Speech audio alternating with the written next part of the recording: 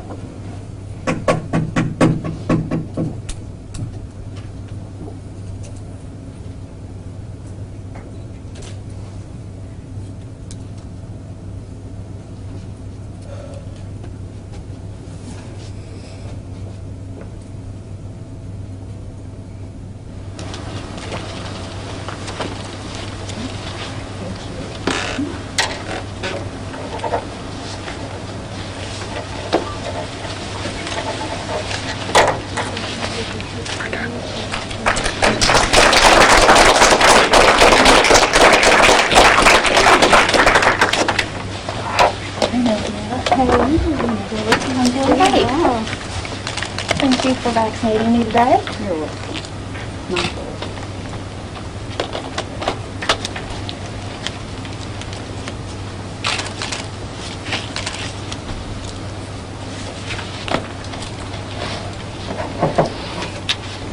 How do you feel with this big audience? It's actually really exciting. I'm excited. We know this is the first step to getting back to normal.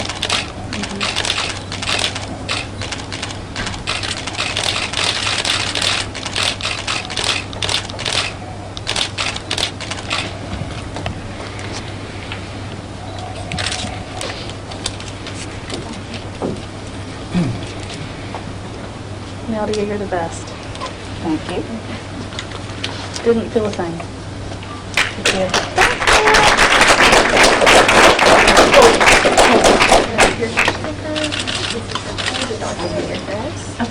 I get your name one more time? My name's Kelly Garner. Okay. How did that feel? Painless. Thank you. Okay, great. Thank you. Kelly. How are you?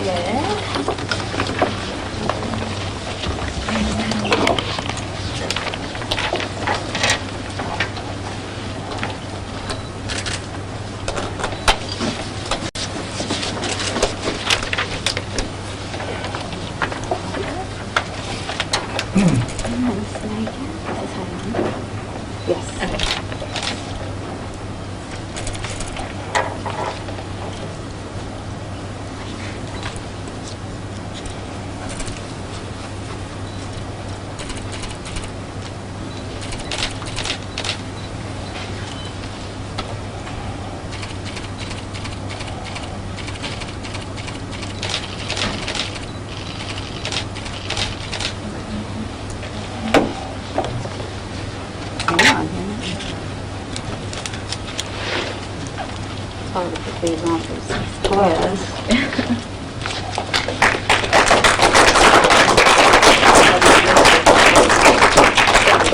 You're welcome.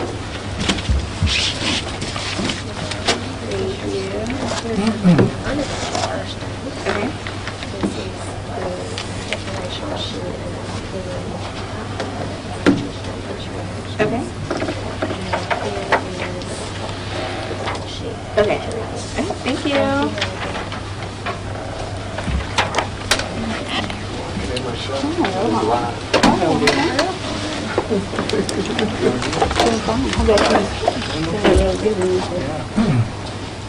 I'll just say hi, Mom.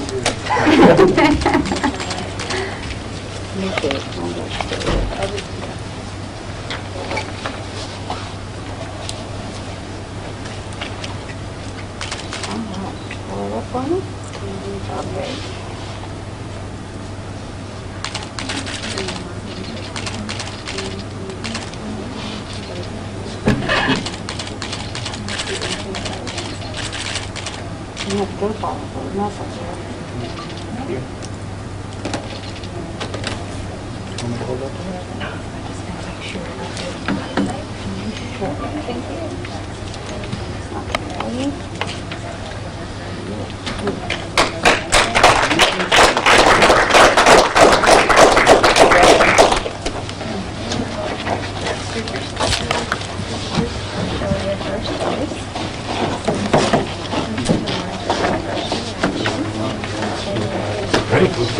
How are you?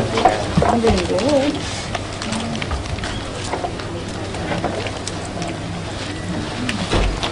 Playing the head with the short sleeve shirt. shooting you. That's right. Smart. I get my flu shots. I came in a suit one time. Undress. Kind of embarrassing.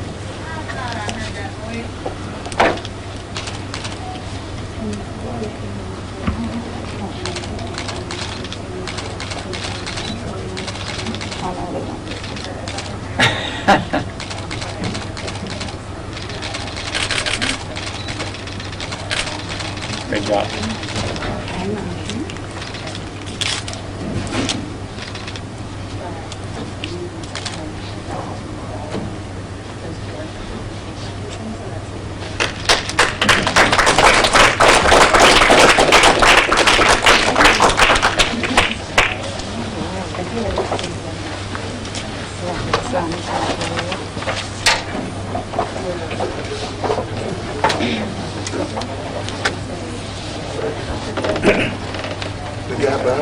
So if anyone has any questions, members of the press, we can take some questions for you if you wish.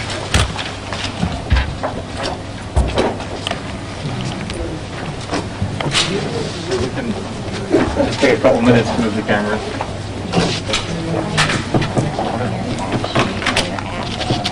Thank you so much. How many, are we ready to go? Is everybody set? Does everybody? How many facilities, I interviewed a pharmacist earlier in Jonesboro, their pharmacy got the vaccine today. How many pharmacies and hospitals received the vaccine today in Arkansas? So today, one pharmacy and two hospitals and the Arkansas Department of Health received their shipment. We will continue to receive shipments over the next 2 days, with the bulk of the hospitals receiving their shipments tomorrow, and then a latter on the third day, a few left over. How many doses or units so far have you received? I'm not sure exactly. I think each of them has received one tray of 975 doses. And so with those trays were unloaded this morning and placed in appropriate negative freezing, ultra-cold freezers. How symbolic is this for the state's fight against the virus? I think this is a major step forward. We now actually have a way of inducing immunity and protecting individuals from the COVID disease. We know that these masks, that social distancing, and the washing our hands works, but this is really an active measure now that we can take, and I think it's a very important step forward. I stated before, and I want to state again, that this vaccine is safe. It has been looked at each of the 3 phases of clinical development. In each of the 3 phases of clinical development, safety was paramount. The FDA has stated, or did state, that they would not authorize a vaccine that did not have the same safety profile as previously approved vaccines for the prevention of infectious diseases, and they have done so. The Centers for Disease Control, in their evaluation and their committee, placed safety paramount in the assessment and felt that the vaccine was safe.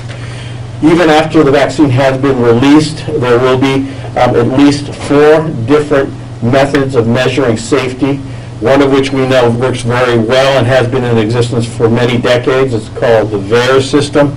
That allows both doctors, nurses, pharmacists, and the public to submit to the CDC any adverse reactions that they think they may have, and the CDC will log this. So this is a very safe and effective vaccine. How are you advising hospitals? How are they choosing which of their healthcare workers receive the vaccine first? Thank you. Yeah. So the task of the Advisory Committee on Immunization Practices of the CDC is to develop a prioritization schedule. A prioritization schedule was already developed by the National Academy of Medicine and Engineering.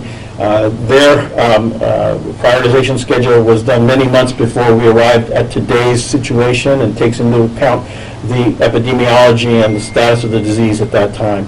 The one from the ACIP, the CDC, takes our current status into account and has made their recommendation into 3-1 phases. So it's 1A, 1B, and 1C.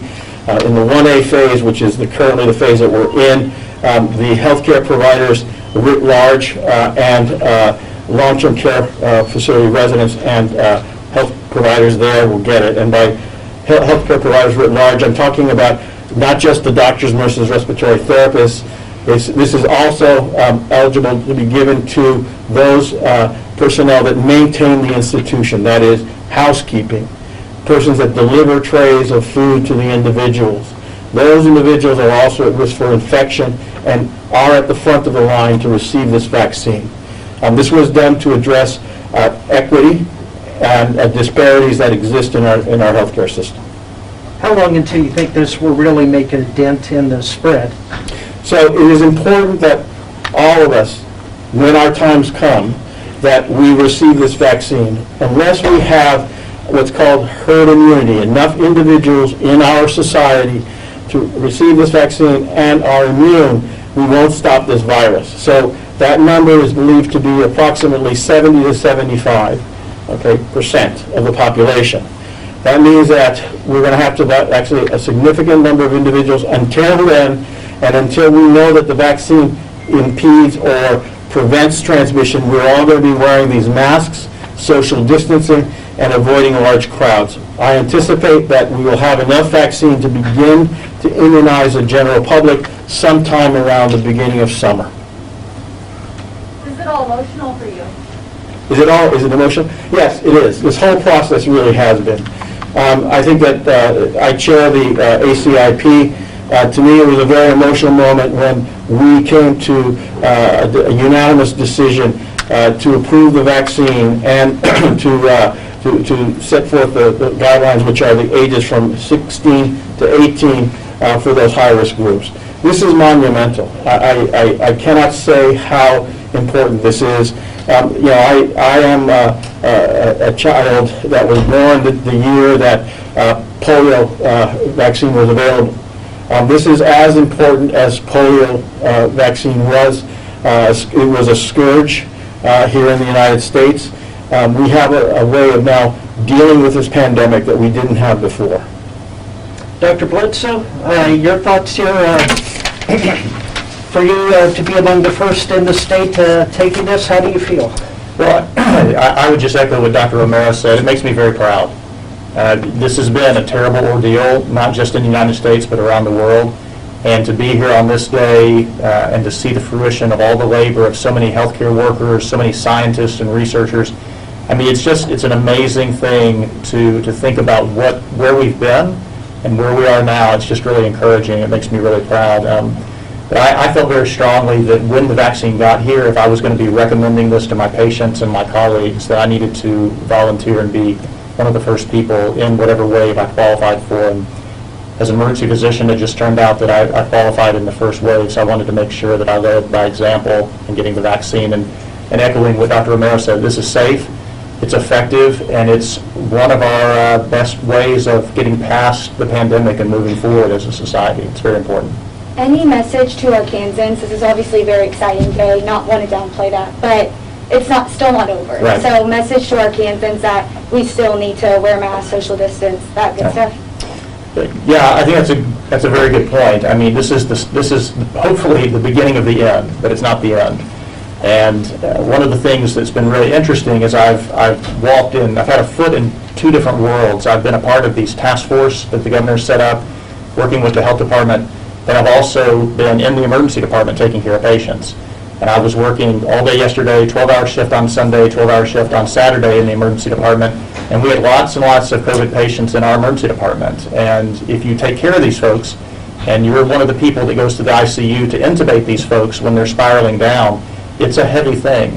And I think one of the things that is interesting is you have healthcare workers who are dealing with the ramifications of the pandemic and watching people die from this disease.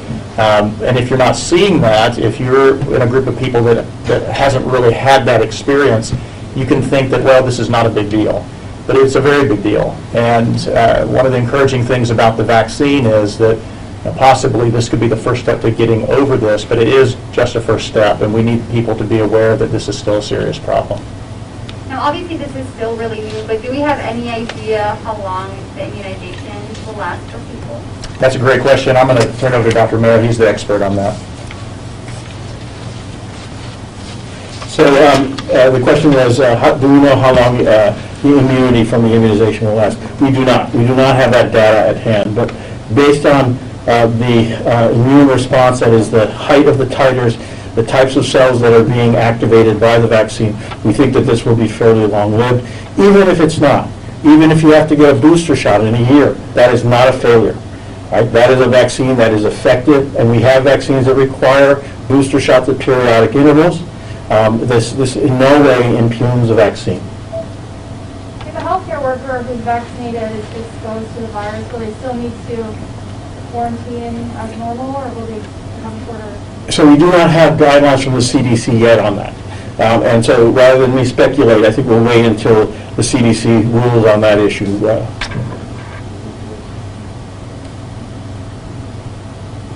All right, there being no other questions, thank you all for coming, and please be safe. Thank you. Thank you, as always. Yeah. Good, thank you for volunteering. I think it sends a very, very strong. Good.